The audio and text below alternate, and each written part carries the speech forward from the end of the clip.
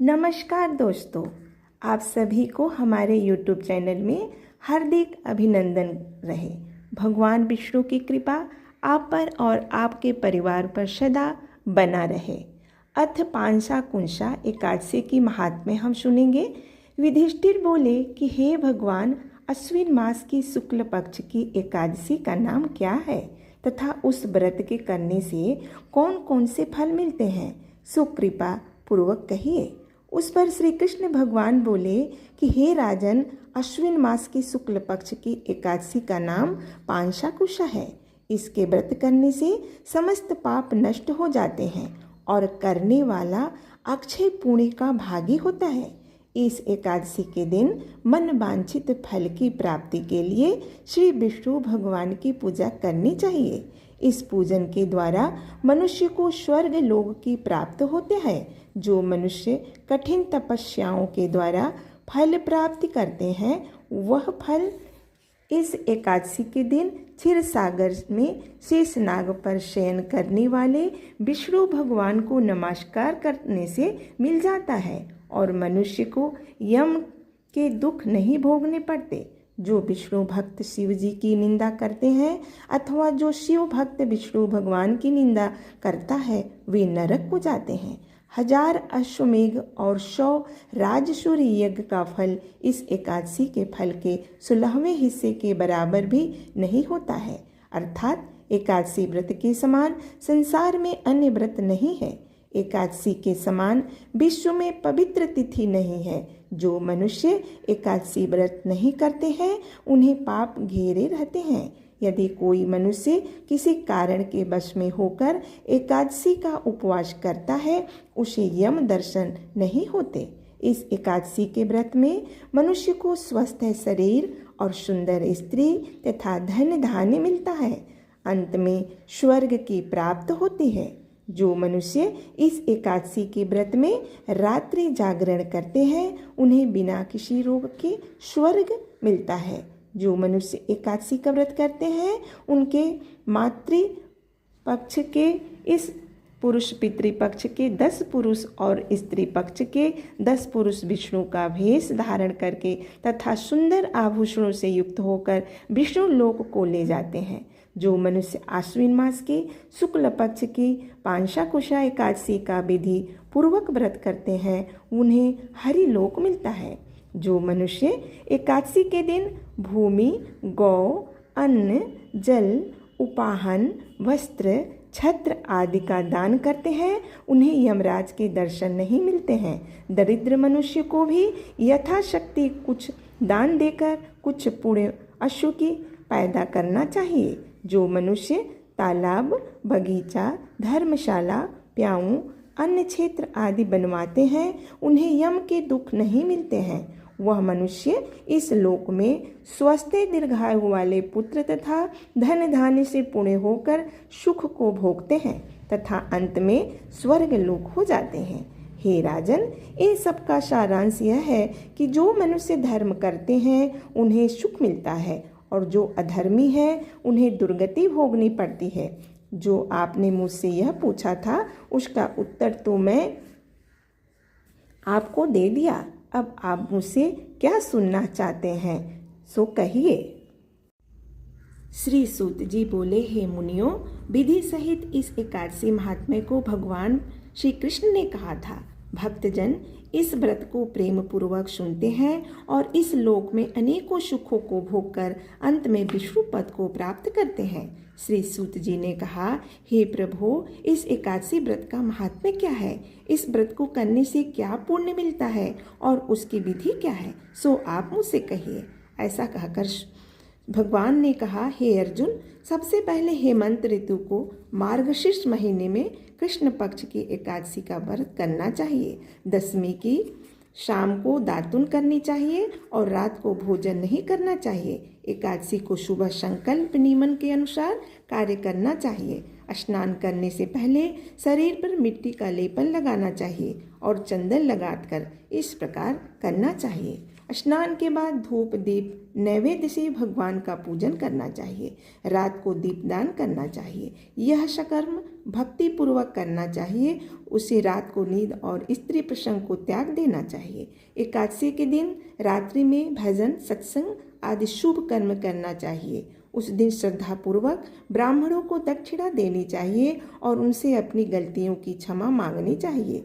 धर्म काजन को शुक्ल और कृष्ण पक्ष की दोनों एकादशियों को एकसा समझना चाहिए। उनमें भेद मानना उचित नहीं है। निर्जला व्रत करने का आधा फल एक बार भोजन करने के बराबर होता है। उपरोक्त कोई एक व्रत जरूर करना चाहिए। एकादशी का व्रत करने पर यज्ञ दान तप आदि मिलते हैं, अन्यथा नहीं। एकादशी को अवश्य व्रत करना चाहिए। इस व्रत में शंख से जल नहीं पीना चाहिए। मछली सूअर तथा अन्य एकादशी के व्रत में वर्जित है। एकादशी का व्रत फल 1000 यज्ञों से भी अधिक है। ऐसा सुनकर अर्जुन ने कहा, हे भगवान, आपने एकादशी के पुण्य को अनेक तीर्थों से श्रेष्ठ तथा पवित्र क्यों बतलाया है, सो आप विस्तार पूर्वक कहिए। भगवान बोले, हे अर्जुन, सतयुग में एक महाभयंकर दैत्य हुआ था। उसका नाम मूढ़ था। उस दैत्य ने इंद्र आदि देवताओं पर विजय प्राप्त कर उसके स्थान से गिरा दिया। तब देवेंद्र ने महादेव जी से प्रार्थना की कि शिव शंकर, हम सब देवता मूढ़ दैत्यों के अत्याचारों से दुखित होकर मृत्यु लोक में अपना जीवन व्यतीत कर रहे हैं। अन्य देवताओं की हालत का तो मैं वर्णन कर ही नहीं कर सकता। आप कृपा कर इस महान दुख से छुटकारा पाने का उपाय बताइए। शंकर जी बोले, हे देवेंद्र, आप विष्णु भगवान के पास जाइए। इंद्र तथा अन्य देवता महादेव जी के वचनों को सुनकर क्षीर सागर गए, जहाँ पर भगवान विष्णु शेष शैया पर शयन कर रहे थे। भगवान को शयन करते देखकर देवताओं सहित इंद्र ने स्तुति की। हे देवताओं के देव, आप स्तुति करने योग्य हैं। आपको बारंबार प्रणाम है। हे दैत्यों के संहारक, हे मधुसूदन, आप हमारी रक्षा करें। हे जगन्नाथ, समस्त देव दैत्यों से भयभीत होकर हम आपकी शरण में आए हैं। इस समय दैत्यों ने हमें स्वर्ग से निकाल दिया है और हम सब देवता पृथ्वी पर विचरण कर रहे हैं। आप ही हमारी रक्षा कीजिए। देवताओं के द्वारा करुणापूर्ण वाणी को सुनकर श्री विष्णु भगवान बोले, हे देवताओं, यह कौन सा दैत्य है जिसने देवताओं को जीत लिया है। भगवान के उस अमृत रूपी वचनों को सुनकर इंद्र बोले, हे भगवान, प्राचीन समय में नाड़ी जंग नाम का एक दैत्य था। उस दैत्य की ब्रह्मा में वंश उत्पत्ति हुई थी। उसी दैत्य के लड़के का नाम मूढ़ है। उसकी राजधानी चंद्रावती है। उस चंद्रावती नगरी में वह मूढ़ नामक दैत्य निवास करता है, जिससे अपने बल से समस्त विश्व को जीत लिया है और सब देवताओं को देवलोक से निकाल दिया है। इंद्र, अग्नि, यम, अरुण, चंद्रमा, सूर्य आदि लोकपाल बनाए हैं। वह स्वयं सूर्य बनकर पृथ्वी को तापता है और स्वयं मेघ बनकर जल की वर्षा करता है। अतः आप बलशाली भयानक दैत्य को मारकर देवताओं की रक्षा करें। इंद्र के ऐसे वचन सुनकर श्री विष्णु भगवान बोले, देवताओं, मैं तुम्हारे शत्रुओं का शीघ्र ही संहार करूंगा। अब आप उस चंद्रावती नगरी को जाइए। इस प्रकार भगवान विष्णु देवताओं के साथ चल दिए। उस समय दैत्यपति मूढ़ अनेकों दैत्यों के साथ युद्ध भूमि में गरज रहा था। युद्ध प्रारंभ होने पर असंख्य दानव अनेकों शस्त्रों अस्त्रों को धारण करके देवताओं से युद्ध करने लगे, परंतु दैत्यों के आगे एक क्षण भी न ठहर सके। तब भगवान विष्णु भी युद्ध भूमि में आ गए। तब दैत्यों ने भगवान विष्णु को युद्ध भूमि में देखा तो उन अस्त्रों शस्त्रों का प्रहार करने लगे। भगवान श्री चक्र गदा से अनेक अस्त्र शस्त्रों को नष्ट करने लगे। इस युद्ध में अनेकों दानव सदैव के लिए सो गए, परंतु दैत्यों का राजा मूढ़ भगवान के साथ निश्चल भाव से युद्ध करता रहा। भगवान विष्णु मूढ़ को मारने के लिए जिन जिन शस्त्रों का प्रयोग करते, सब उनके तेज से नष्ट होकर उस पुष्पों के समान गिरने लगे। अनेक शस्त्रों का प्रयोग करने पर भी भगवान उसको जीत न सके। वह आपस में मल्ल युद्ध करने लगे। भगवान विष्णु उस दैत्य से देवताओं के लिए सहस्त्र वर्ष तक युद्ध करते रहे, परंतु उस दैत्यों को न जीत सके। अंत में विष्णु शांत होकर विश्राम करने की इच्छा से बद्रिक आश्रम चले गए। उस समय 38 कोस लंबी एक द्वार वाली हेमवती नाम की एक गुफा में शयन करने की इच्छा से भगवान घुसे। हे अर्जुन, अतः मैंने उस गुफा में शयन किया। वह दैत्य भी मेरे पीछे पीछे चला आया, मुझको शयन करता देखकर भागने को तैयार हो गया। यह दैत्य सोचने लगा कि मैं आज अपने चीर शत्रु को मारकर सदैव के लिए निष्कंटक हो जाऊंगा। उसी समय मेरे देह से एक अत्यंत सुंदर कन्या दिव्य वस्त्र धारण करके उत्पन्न हुई और दैत्य के सामने आकर युद्ध करने लगी। तब वह दैत्य आश्चर्य के साथ सोचने लगा कि यह ऐसी बलवान कन्या कहाँ से उत्पन्न हुई। वह दैत्य इस कन्या से लगातार युद्ध करता रहा। कुछ समय बीतने पर उस कन्या ने क्रोध में आकर उस दैत्य के अस्त्रों शस्त्रों के टुकड़े टुकड़े कर दिए। उस कन्या ने उसका रथ तोड़ डाला। तब तो वह दैत्य महान क्रोध करके उससे मल्ल युद्ध करने लगा। उस कन्या ने उसको धक्का मारकर मूर्छित कर दिया। उठने पर उसका सिर कट दिया। वह दैत्य सिर कटते ही पृथ्वी पर गिर गया और मृत्यु को प्राप्त हुआ। अन्य समस्त दानव भी ऐसा देखकर पाताल लोक को चले गए। जब भगवान विष्णु की निद्रा टूटी तो उस दैत्य को मरा देखकर अत्यंत आश्चर्य करने लगे और विचारने लगे, इस दैत्य को किसने मारा है। तब वह कन्या भगवान से हाथ जोड़कर बोली कि हे भगवान, यह दैत्य आपको मारने को तैयार था, तब मैंने आपके शरीर से उत्पन्न होकर इसका वध किया है। इस प्रकार भगवान बोले, हे कन्या, तूने इसको मारा है, अतः मैं तेरे ऊपर अत्यंत प्रसन्न हूँ। तूने तीनों लोकों के देवताओं को सुखी किया है, इसीलिए तू अपनी इच्छा अनुसार वरदान मांग। कन्या बोली, हे भगवान, मुझे यह वरदान दीजिए कि जो मेरा व्रत करे उसके समस्त पाप नष्ट हो जाए और अंत में स्वर्ग लोक को जाए और मेरे व्रत का आधा फल रात्रि को मिले और उसका आधा फल एक समय भोजन करने वाले को मिले।